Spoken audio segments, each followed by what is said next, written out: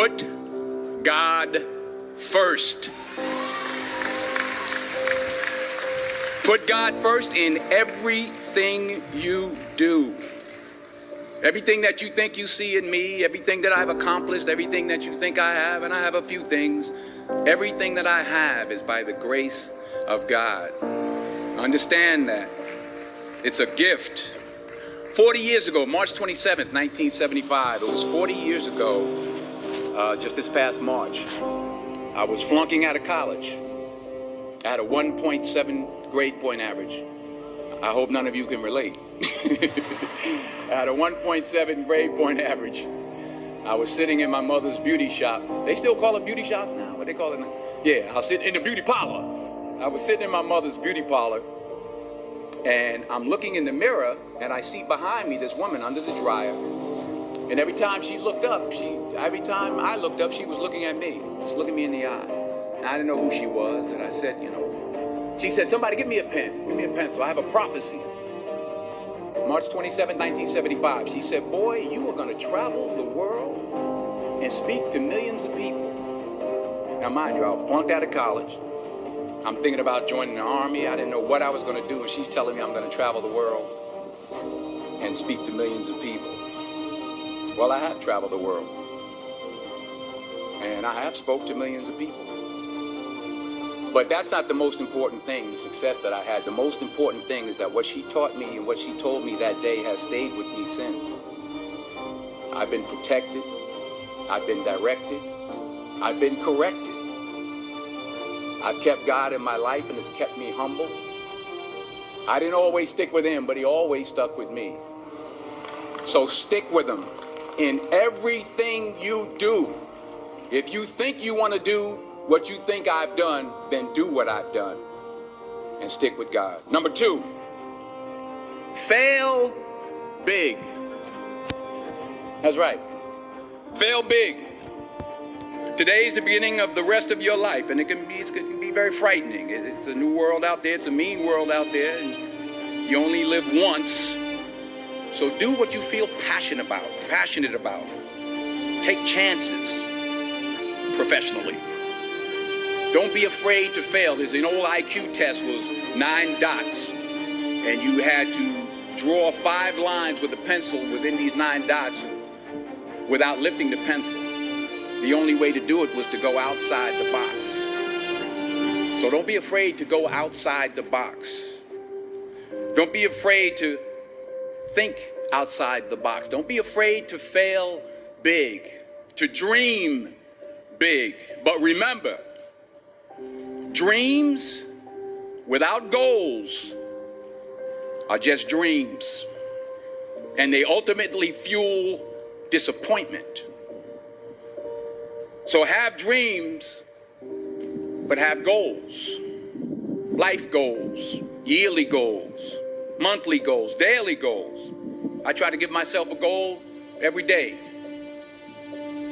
Sometimes it's just to not curse somebody out. Simple goals, but have goals. And understand that to achieve these goals, you must apply discipline and consistency. In order to achieve your goals, you must apply discipline, which you have already done, and consistency every day, not just on Tuesday and miss a few days. You have to work at it every day. You have to plan every day. You've heard the saying, we don't plan to fail, we fail to plan. Hard work works.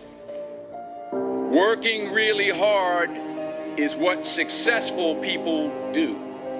And in this text, tweet, twerk world that you've grown up in, remember, just because you're doing a lot more doesn't mean you're getting a lot more done. Remember that. Just because you're doing a lot more doesn't mean you're getting a lot more done. Don't confuse movement with progress. My mother told me, she said, yeah, because you can run in place all the time and never get anywhere. So continue to strive, continue to have goals, continue to progress. Number 3, you'll never see a U-Haul behind a hearse. I'll say it again.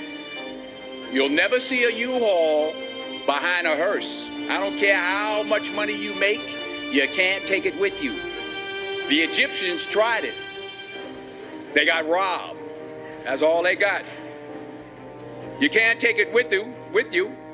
And it's not how much you have. It's what you do with what you have. We all have different talents. Some of you will be doctors, some lawyers, some scientists, some educators, some nurses, some teachers. Yeah, okay. Some preachers. The most selfish thing you can do in this world is help someone else. Why is it selfish? Because the gratification, the goodness that comes to you, the good feeling that I get from helping others, nothing's better than that. Well, one or two things, but nothing's better than that. Not jewelry, not big house I have, not the cars, but it's the joy. That's where the joy is, in helping others. That's where the success is, in helping others. Finally,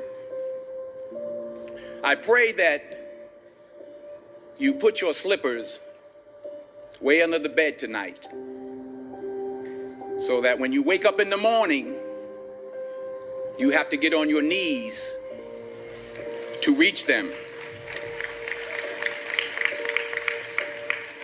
And while you're down there, say thank you for grace.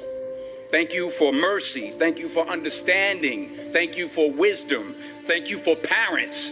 Thank you for love. Thank you for kindness. Thank you for humility. Thank you for peace. Thank you for prosperity. Say thank you in advance for what's already yours. It's how I live.